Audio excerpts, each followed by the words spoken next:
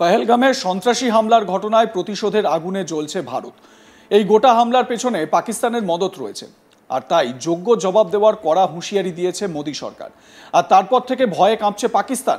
ভারত সিন্ধু চুক্তি স্থগিত করার পর, অর্থাৎ সিন্ধু জলবন্টন চুক্তি স্থগিত করার পর থেকে বিপাকে পড়েছে পাক নাগরিকরা। তারই মধ্যে ঝিলমের জল ছাড়ার জেরে পাক অধিকৃত কাশ্মীরের মুজাফফরাবাদে বন্যা দেখা দিয়েছে। জল ছাড়ার জেরে আচমকাই ঝিলমের জলস্তর বেড়ে গিয়েছে।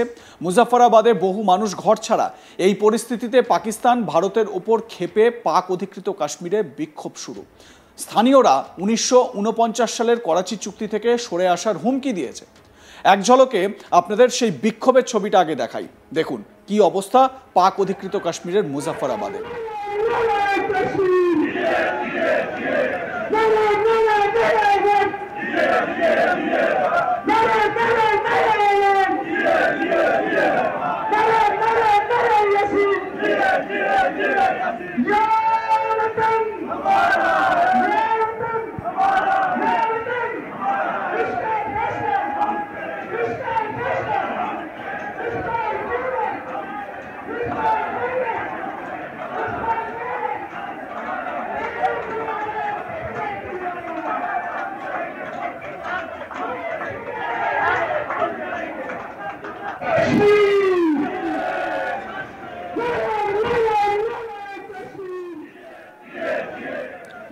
পাক অধিকৃত কাশ্মীর জুড়ে বিক্ষোভ ছড়িয়ে পড়েছে, যার জেরে মুজাফফরাবাদ এবং গিলগিট জুড়ে বিক্ষোভ এবং আন্দোলন শুরু হয়েছে।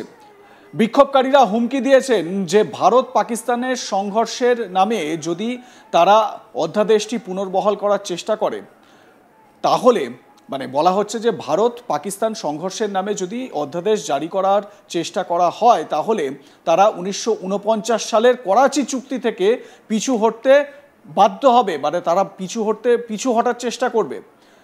এবারে আরও একটা ভিডিও আপনাদের দেখাই, যেখানে এই রকম একটা বিক্ষোভ পরিস্থিতি পাক অধিকৃত কাশ্মীরের এই মুজাফফরাবাদে। দেখুন।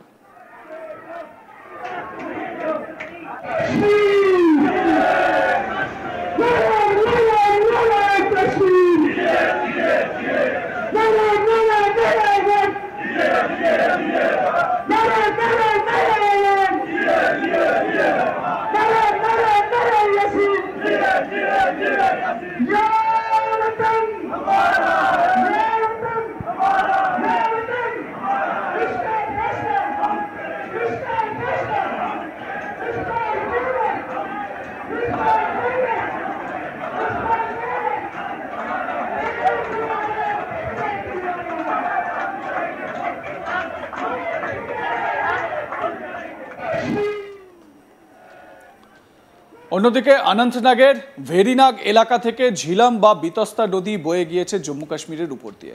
সীমানা পার করে তা পাকিস্তানে প্রবেশ করেছে। সূত্র মারফত জানা গিয়েছে শনিবার রাত থেকেই আচমকা জল বাড়ছে বিতস্তায়।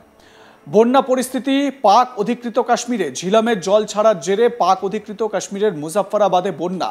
জল ছাড়ার জেরে আচমকাই ঝিলমের জলস্তর বেড়ে গিয়েছে। মুজাফফরাবাদে বহু মানুষ ঘর ছাড়া। নদী তীরবর্তী এলাকা থেকে অসহায় মানুষকে সরিয়ে নিয়ে যাওয়া হচ্ছে। কাশ্মীরের অনন্তনাগ থেকে জল পাক অধিকৃত কাশ্মীরের চাকোঠিতে জলস্তর বেড়ে গিয়েছে। ভারত পাকিস্তানের অশান্তির কারণে পাক অকুপায়েড কাশ্মীর এই অঞ্চলের গ্রামবাসী বিপদের মুখে দাঁড়িয়ে। সেখানকার স্থানীয় বাসিন্দারা কি খেয়ে পড়ে বেঁচে থাকবেন সেই চিন্তায় তাদের রাতের ঘুম উড়ে গিয়েছে। পাক অধিকৃত কাশ্মীরের স্থানীয় বাসিন্দা হামিদ হোসেন জানান, আমি নদী থেকে মাছ ধরি এবং তা বিক্রি করি। গত সপ্তাহে আমি জাল লাগিয়েছিলাম, কিন্তু দুদিন পরে হঠাৎ 10 ফুট উঁচু জলোচ্ছ্বাস হয়। ফিরে এসে দেখি জালগুলি নষ্ট হয়ে গেছে। আমার প্রচুর ক্ষতি হয়েছে। কি বলছেন মুজাফফরাবাদের ওই স্থানীয় বাসিন্দা, শোনাবো।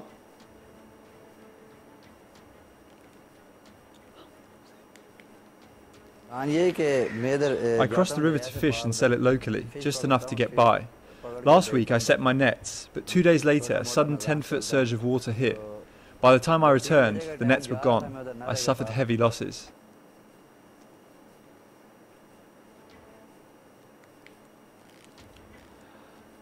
অর্থাৎ পাক অধিকৃত কাশ্মীরের এই মুজাফফরাবাদ যেই জায়গাটি পুরোপুরি একেবারে বলা যায় যে প্লাবন, বন্যা পরিস্থিতি, ঝিলামের জল ছাড়ার জেরে সেখানকার মানুষ তারা কিন্তু ভয়ঙ্কর রকম সমস্যার মধ্যে দিয়ে যাচ্ছেন। 10 ফুট উঁচু জলোচ্ছ্বাস হয় এবং সেখানে সাধারণ মানুষ, তারা যে মৎস্যজীবী বা মাছ ধরার সঙ্গে জড়িত, তাদের বেশ ক্ষয়ক্ষতি হয়েছে।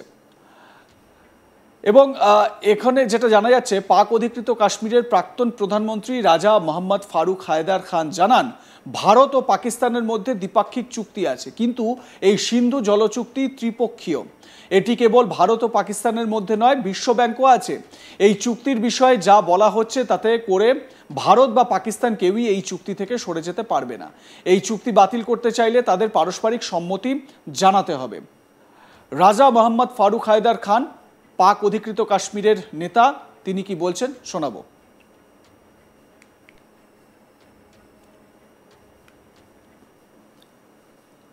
Well, there are bilateral agreements between India and Pakistan, and this Indus Water Treaty is a trilateral. I mean, say it's not between only India and Pakistan. World Bank is there, and as per the articles of that agreement is concerned, that no one, either India or Pakistan, can walk away from this. They have to agree mutually if they want to scrap this this agreement. Jhelum নদীর তীরে থাকা 72 বছর বয়সী রফিক হোসেন এবং তার পরিবারের বড় বিপদ। রফিক হোসেন জানান, ভারত যখন জল ছেড়ে দেয় তখন নদীর জল 8 থেকে 10 ফুট বেড়ে যায়। বিশেষ করে কোনো সতর্কতা ছাড়াই আরও জল ছেড়ে দেওয়া হতে পারে, এমন খবর শোনার পর থেকে অনেকেই ভয়ে এবং অনিশ্চয়তায় রয়েছেন। রফিক হোসেন পাক অধিকৃত কাশ্মীরের বাসিন্দা, তিনি কি বলছেন শোনাবো আপনাদের। When India released the water, the river rose by 8 to 10 feet. There is a lot of fear and uncertainty, especially after hearing reports that more water could be released without any warning.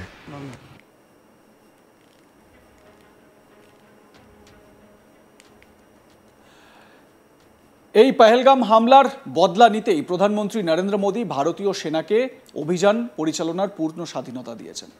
তারপর থেকেই উদ্বিগ্ন পাকিস্তান। সীমান্তে নিরাপত্তা বাড়ানোর সঙ্গেই পাক বিমানবন্দরগুলিতেও নিরাপত্তা বাহিনী মোতায়েন করা হয়েছে। সূত্রের খবর, দুই দেশের মধ্যে উত্তেজনা বৃদ্ধি পাওয়ায় ভারত সীমান্তে নিজেদের সেনা মোতায়েন বাড়াচ্ছে পাকিস্তান। নৌবাহিনীকে প্রস্তুত রাখা হয়েছে।